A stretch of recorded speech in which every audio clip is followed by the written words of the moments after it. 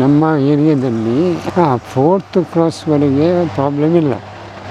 Problem ಇರುವಂಥದ್ದು ಆ fifth cross ರೋಡ್ನ ಕೆಳಗೆ ತುಂಬ ಜನರಿಗೆ ಎಫೆಕ್ಟ್ ಆಗಿದೆ.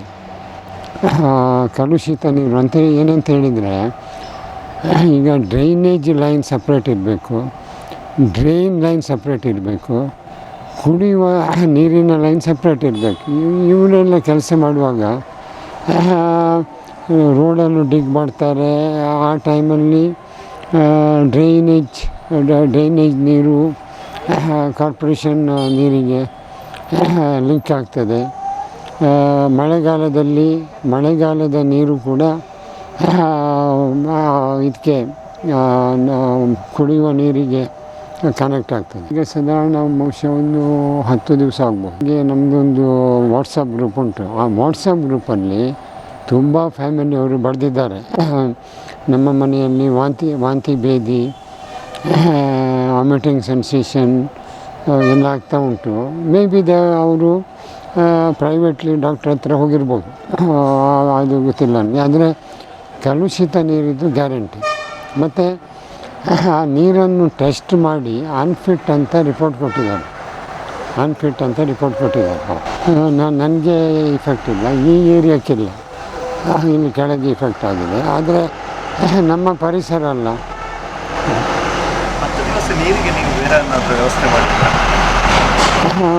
ಈಗ ವೆಲ್ ವಾಟರ್ ಅದು ಕೂಡ ಕ್ಲೀನ್ ಇಲ್ಲ ಅಂತ ಹೇಳ್ತಾರೆ. ವೆಲ್ ವಾಟರ್ ಕೂಡ ಸರಿ ಇಲ್ಲ ಅಂತ ಹೇಳ್ತಾರೆ.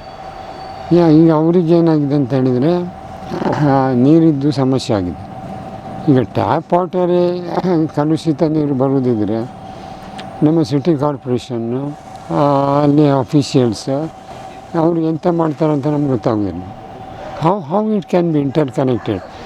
ದ ಡ್ರೈನೇಜ್ ಲೈನ್ ಮತ್ತು ಕಾರ್ಪೊರೇಷನ್ ವಾಟರ್ ಲೈನ್ ಅವರು ಅದನ್ನು ಮಾಡುವಾಗ ಯಾವ ರೀತಿಯಲ್ಲೂ ಒಂದಕ್ಕೊಂದು ಇಂಟರ್ಲಿಕ್ ಆಗೋದಾಗಿ ನೋಡಬೇಕು. ಅದು ಮಾಡುವುದೇ ಇಲ್ಲ.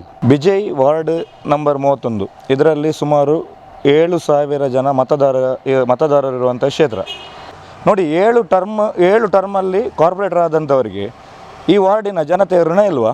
ಫಸ್ಟ್ ಆಫ್ ಆಲ್ ನಾನು ಕೇಳುವಂಥದ್ದು. ಮತ್ತೊಂದು ಏನಂದರೆ, ಒಂದು 300ಕ್ಕೂ ಹೆಚ್ಚು ಮಂದಿ ಅಸ್ವಸ್ಥರಾಗಿದ್ದಾರೆ ಕಳೆದ 1 ತಿಂಗಳಿಂದ. ಆ ಬಗ್ಗೆ ನಮಗೆ ಡೌಟ್ ಬಂದಾಗ ನಾವು ಇಲ್ಲಿಯ ನೀರಿನ ಟೆಸ್ಟನ್ನು ಲ್ಯಾಬ್ಗೆ ಕಳಿಸಿ ಟೆಸ್ಟ್ ಮಾಡುವಾಗ ಈ ನೀರು ಕುಡಿಲಿಕ್ಕೆ ಯೋಗ್ಯವಲ್ಲ ಅಂತೇಳಿ ನಮಗೆ ರಿಪೋರ್ಟ್ ಬಂದಿದೆ. ಇಷ್ಟಾಗಿಯೂ ಇನ್ನೂ ಕೂಡ ಇದಕ್ಕೆ ಸಂಬಂಧಪಟ್ಟ ಅಧಿಕಾರಿಗಳು ಸ್ಥಳಕ್ಕೆ ಬರಲಿಲ್ಲ. ಮತ್ತೊಂದು ಏನಂದರೆ, ಇದಕ್ಕೆ ಕಾರಣಕರ್ತರಾದಂಥ ಅಧಿಕಾರಿಗಳ ಮೇಲೆ ಮಂಗಳೂರು ಮಹಾನಗರ ಪಾಲಿಕೆ ಶೀಘ್ರದಲ್ಲೇ ಆದಷ್ಟು ಬೇಗ ತನಿಖೆಯನ್ನು ಆರಂಭಿಸಬೇಕು. ಮಳೆಗಾಲ ಸ್ಟಾರ್ಟ್ ಆಗೋದಕ್ಕಿಂತ ಮೊದಲೇ ಅದನ್ನು ಮಾಡಿ ಮುಗಿಸಬೇಕು. ಅದನ್ನು ಮಾಡಿ ಮುಗಿಸುವ ವಿಶ್ವಾಸ ಇಲ್ಲದಿದ್ದರೆ ಅದನ್ನು ಅಗಿಲಿಕ್ಕೆ ಹೋಗಬಾರ್ದು. ಈಗ ನೋಡಿ, ಇಲ್ಲಿ ಕೆಳಗೆ ಇರುವ ಜಾಗದಲ್ಲಿ ಒಂದು ಗಾಡಿ ಹೋಗಲಿಕ್ಕೆ ಇಲ್ಲ. ಮತ್ತೊಂದು ಏನಂದರೆ, ಇನ್ನು ಮುಂದೆ ಈ ಏರಿಯಾದಲ್ಲಿ ಯಾರು ಕೂಡ ಹೊಸ ಗಾಡಿ ತಗೊಳ್ಳುವಾಗಿಲ್ಲ, ಹಾಗೆ ಗುಂಡಿಗಳನ್ನು ಮಾಡಿಟ್ಟಿದ್ದಾರೆ ಕೆಳಗಡೆ. ಅದನ್ನು ಆ ಕೆಲಸ ಆದ ನಂತರ ಈ ಸಮಸ್ಯೆಗಳು ಬಂದದ್ದು. ಮತ್ತೊಂದು ಏನಂದರೆ, ಕೆಲವೊಬ್ಬರು ಇಲ್ಲಿ ಹೇಳ್ತಾರೆ, ನೇಬರ್ಸ್ ಎಲ್ಲ ನೀಲಿ ಕಲರ್ ನೀರು ಟ್ಯಾಪಲ್ಲಿ ಬರ್ತದೆ. ಅದೆಲ್ಲ ಡೌಟ್ ಬಂದ ಮೇಲೆ ಕೆಲವರು ಅಸ್ವಸ್ಥರಾದ ಮೇಲೆ ಡೌಟ್ ಬಂದದಕ್ಕೆ ನಾವು ಲ್ಯಾಬಿಗೆ ಕಳಿಸಿದ್ವಿ. ನೋಡಿ, ನನಗೆ ತಿಳಿದ ಮಟ್ಟಿಗೆ ಈ ಏರಿಯಾದಲ್ಲಿ ಎಲ್ಲರೂ ಕೂಡ ಬಿಸ್ಲರಿ ವಾಟರನ್ನು ಕ್ಯಾನ್ಗಳ ಮುಖಾಂತರ ಕುಡಿತಾ ಇದ್ದಾರೆ. ಅಲ್ಲ, ಕುಡಿಲಿಕ್ಕೆ ಬಿಸ್ಲರಿ ಯೂಸ್ ಮಾಡ್ಬೋದು, ಸ್ನಾನ ಮಾಡಲಿಕ್ಕೆ ಬಿಸ್ಲರಿ ಯೂಸ್ ಮಾಡಲಿಕ್ಕೆ ಆಗ್ತದೆ? ಅದೇ ಪ್ರಶ್ನೆ. ಈಗ ಎಷ್ಟೆಷ್ಟು ಪ್ರತಿಷ್ಠಿತ ವ್ಯಕ್ತಿಗಳು ಈ ಏರಿಯಾದಲ್ಲಿದ್ದಾರೆ, ಎಲ್ಲ ವರ್ಗದವರಿದ್ದಾರೆ. ಆದರೆ ಎಲ್ಲರನ್ನು ಕೂಡ ಈ ಡ್ರೈನೇಜ್ನ ನೀರನ್ನು ಕುಡಿದಾಯಿತು ಇಲ್ಲಿ ಇಷ್ಟ ತನಕ.